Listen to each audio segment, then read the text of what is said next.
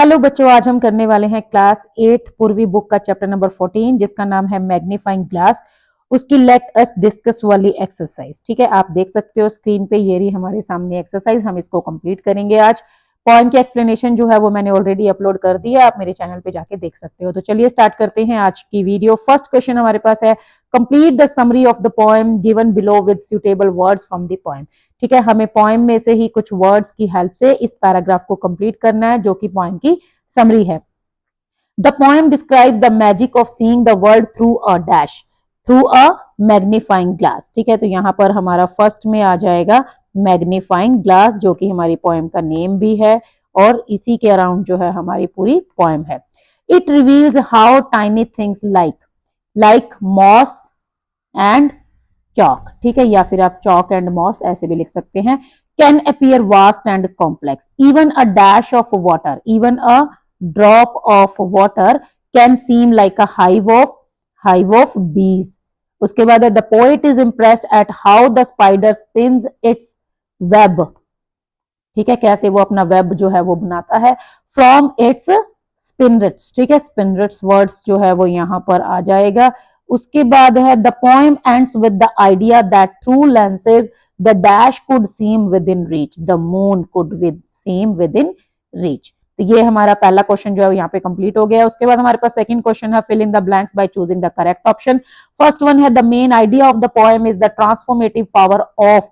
इस पोएम का जो मेन आइडिया है वो क्या है? Transformative power of wonders in nature या close observation. So this is close observation through the magnifying glass. उसके बाद the tone of the poem is, poem की टोन कैसी है, मतलब बच्चा क्या फील कर रहा है, पीसफुल एंड इमोशनल या वंडर एंड क्यूरियोसिटी। तो वो हैरान हो रहा है, सो वंडर एंड क्यूरियोसिटी। उसके बाद the poem has dash stanzas with dash lines in each stanza, hence it is a quadrant. तो ये जो पोएम है इसके अंदर कितने स्टैंजास हैं? अगर आप ध्यान से इसको देखें तो 1 2 3 4 5 एंड 6, और हर स्टैंजा के अंदर 4 लाइंस हैं। सो 6 एंड 4।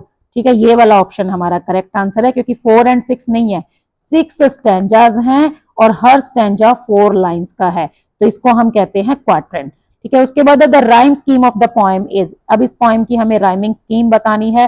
तो कोई भी स्टैंजा आप ले लीजिए, उसमें आप देख सकते हो हैज, इसको हम लिखेंगे ए, फ्लाइज उसको हम लिखेंगे बी, नेट सी और फिर आइज, ये राइम कर रहा है बी से तो A B C B.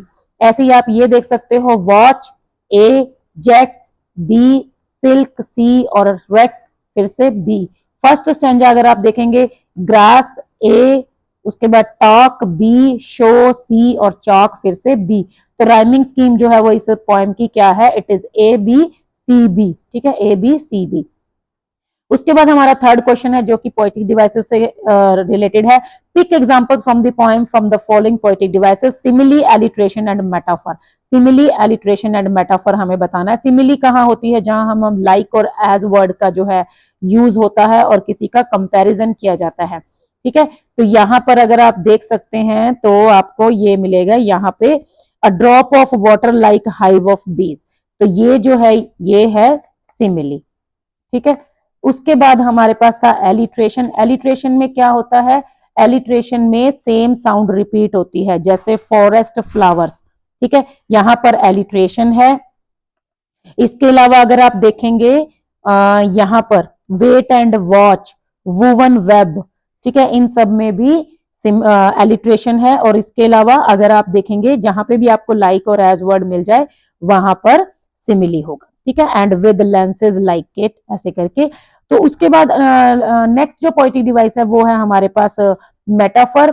Metaphor अगर आप देखेंगे कहां पर है, this is in magic talk. ठीक है, जैसे ये रहा मैजिक टॉक। उसके बाद है जैसे ये टाइग्रिश क्लास। ठीक है, इनके अंदर जो है वो मेटाफर है, क्योंकि कंपैरिजन हो रहा है लेकिन लाइक और एज वर्ड का यूज नहीं हुआ है। इसके अलावा क्या है, पूरी पोएम, पूरी की पूरी जो पोएम है ना उसके अंदर मेटाफर है। क्यों है? क्योंकि ऑर्डिनरी जो चीजें हैं, छोटी छोटी जो चीजें हैं, उनको कंपेयर किया गया है मैजिकल वंडर्स के साथ। ठीक है, ऑर्डिनरी थिंग्स को कंपेयर किया गया है मैजिकल वंडर्स के साथ। तो इसका मतलब क्या है, पूरी पोएम में ही मेटाफर पोएटिक डिवाइस है। ठीक है, तो ये हो गया आपका नेक्स्ट क्वेश्चन। उसके बाद फोर्थ क्वेश्चन है, the poem is rich in visual imagery painting vivid pictures of small everyday things magnifying into something grand. मतलब ये जो पोएम है ये विजुअल इमेजरी है, इसके अंदर मतलब छोटी छोटी चीजों को बड़े ही बढ़िया तरीके से थोड़ा उनको कुछ शानदार जो है वो दिखाया गया है। तो इसमें हमें कुछ क्वेश्चंस करने हैं। पहला है, in the line a मिरियाड shells show in a scrap of chalk the magnifying glass reveals. मतलब ये जो लाइन है, अ मिरियाड shells show in a scrap of chalk, कि चौक के अंदर एक ऐसा पैटर्न दिखाई देता है जो कि उसके बहुत स्ट्रक्चर को जो है रिवील करता है। तो ये इसका मतलब क्या क्या दिखा रहा है, ये क्या शो कर रहा है? So this is revealing the hidden patterns.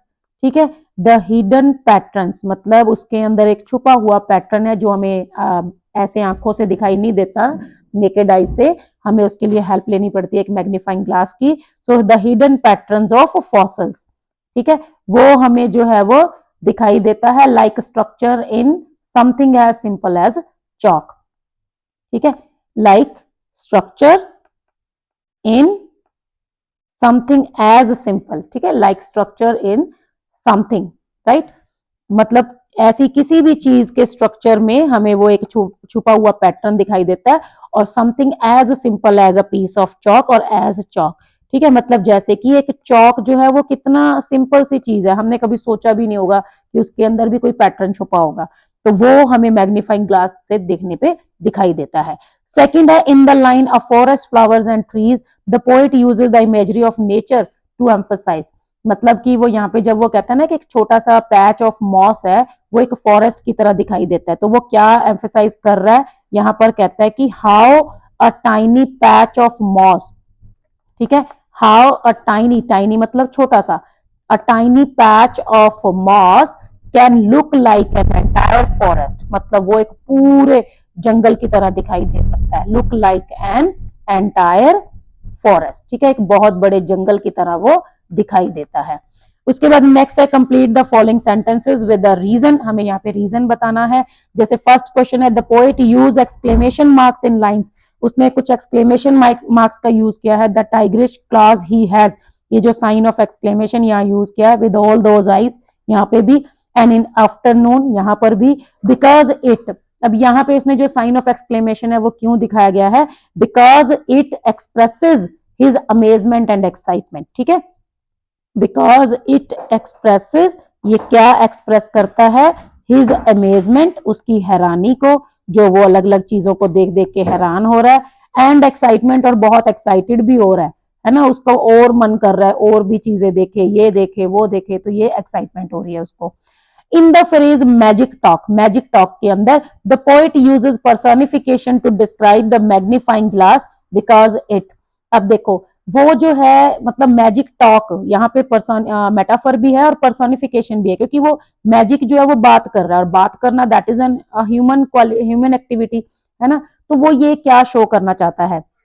तो वो ऐसा क्यों कहता है? क्योंकि जो मैग्नीफाइंग ग्लास है, it seems to reveal secrets, ठीक है, it seems to reveal secrets of magic, ठीक है, सीक्रेट्स, और मतलब क्या है ऑफ मैजिक का हम ये भी लिख सकते हैं, it seems to reveal secrets that are hidden from naked eyes, ठीक है, जो कि हमारी नंगी आंखों से, मतलब बिना उसके मैग्नीफाइंग ग्लास के हम नहीं देख सकते, हिडन फ्रॉम नेकेड आइज, ठीक है, और आवर नेकेड आइज ये भी हम लिख सकते हैं।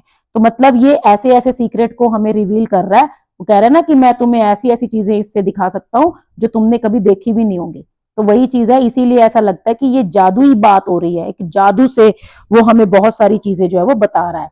उसके बाद नेक्स्ट है, each stanza follows a repetitive pattern of introducing a small और ऑर्डिनरी ऑब्जेक्ट। मतलब हर स्टैंजा के अंदर एक छोटे से ऑब्जेक्ट को then describing the extraordinary details reveal through magnification. मतलब हर स्टैंजा के अंदर बार बार एक ही चीज रिपीट हो रही है कि किसी छोटे से ऑब्जेक्ट को एक बड़े से कोई एक्स्ट्रा ऑर्डिनरी चीज में जो है डिटेल करके बताया गया है। मतलब क्या है क्वेश्चन का? वो ये कहता है कि हर स्टैंजा के अंदर छोटी सी चीज को उठाता है, जैसे चौक लिया, मॉस लिया, है ना, या कोई भी और छोटी सी चीज ली, और उसको फिर बहुत ही एक्स्ट्रा ऑर्डिनरी वे में डिटेल दे रहा है। मतलब उसको एक बड़ी सी चीज के साथ कंपेयर कर रहा है ना, जैसे छोटी सी पानी की बूंद है, उसको वो कितना कुछ उसके बारे में बता रहा है कि वो एक हाइव ऑफ बीज दिखाई दे रहा है। तो ऐसे करके ये जो है मतलब ये मैग्निफिकेशन के थ्रू उसको ऐसे शो कर रहा है। ये क्यों कर रहा है? This is because it supports the theme of. अब ये ऐसा क्यों कर रहा है? क्योंकि एक तो इसमें जो थीम है that is curiosity and wonder, ठीक है, या फिर क्यूरियोसिटी एंड डिस्कवरी, मतलब एक तो बच्चे के जानने की इच्छा है, दूसरा वो डिस्कवर भी कर रहा है कि भाई नई नई चीजें देख रहा है, वंडर भी लिख सकते हो आप, है ना। The theme of curiosity and discovery as the speaker reveals. अब उसमें मतलब स्पीकर को क्या पता चल रहा है? How much beauty exist in small things, ठीक है, क्योंकि उसको ये रिवील हो रहा है, उसको ये पता चल रहा है कि हाउ मच ब्यूटी, कि कितनी सुंदरता है, एग्जिस्ट, सुंदरता एग्जिस्ट करती है इन स्मॉल थिंग्स, छोटी छोटी चीजों में, कि हम जिन चीजों को ऐसे ही इग्नोर कर देते हैं, हमने कभी ध्यान भी नहीं दिया होता, वो भी इतनी सुंदर हो सकती हैं। उसके बाद लास्ट क्वेश्चन है, in the final stanza the poet shifts from small everyday objects. Poet जो है वो छोटी सी डेली लाइफ की जो चीजें हैं, एवरीडे ऑब्जेक्ट्स हैं, जैसे चौक है या वाटर है ना, या फिर मॉस है, इनसे वो किस पे शिफ्ट हो रहा है? इनसे वो एक सेलेस्टियल बॉडी पे शिफ्ट हो रहा है, मतलब एक मून पे शिफ्ट हो गया। मतलब देखो छोटी छोटी सी चीजें, हमारी डेली लाइफ की छोटी छोटी चीजें उठाई और उसके बाद वो किसकी तरफ मूव कर रहा है? मून पे पहुंच गया। पहले हमें बोल रहा है चौक के टुकड़े को देखो, है ना, पानी की बूंद को देखो, उसके बाद सीधा बोल रहा है मून को भी देखो। मतलब इतना दूर तक कैसे पहुंच गया भाई? तो इसमें क्या है, मतलब वो कहता है कि इन द फाइनल स्टैंजा जो पोएट है जो शिफ्ट करता है एवरीडे ऑब्जेक्ट से मून पर, बिकॉज अब इससे वो क्या शो करना चाहता है? सो बिकॉज इट शोज, अब ये क्या शो करता है कि it shows how far human curiosity and observation can go. It shows, यहां पे लिख रही हूं मैं इसको, हाउ फार ह्यूमन क्यूरियोसिटी, मतलब हमारी जो क्यूरियोसिटी है ना वो हमें बहुत दूर तक लेके जा सकती है, कि how far human curiosity and observation can go, ठीक है, हमारी जो ऑब्जर्वेशन है वो कहां तक जा सकती है? Can go even to space, ठीक है, मतलब वो ये कहना चाहता है कि हमारी जो क्यूरियोसिटी और हमारी जो ऑब्जर्वेशन है वो जरूरी नहीं कि हमारे आसपास की चीजों में ही लिमिट होके रह जाएगी, वो बहुत दूर तक भी जा सकती है, इवन स्पेस तक भी जा सकती है, ठीक है। तभी तो हमने इतनी सारी रिसर्च की है। अगर हम, हमारे अंदर क्यूरियोसिटी ही ना होती या हमारे अंदर ऑब्जर्वेशन की पावर ही ना होती तो फिर हम कैसे चीजों को ऑब्जर्व करते? फिर तो हम अपने आसपास की चीजों को ही देखते, है ना। तो ये जो है पोएट इसमें एक्सप्लेन करना चाहता है, समझाना चाहता है। तो ये थे हमारे क्वेश्चन आज लेटेस्ट डिस्कस वाले। कल हम करेंगे लेटेस्ट थिंक एंड रिफ्लेक्ट, इसका फर्स्ट क्वेश्चन, और उसके बाद हम इसके जो फाइनल ये जो क्वेश्चन आंसर है वो भी करेंगे, ठीक है। तो आज के लिए बस इतना ही, मिलते हैं नेक्स्ट वीडियो में, बाय बाय।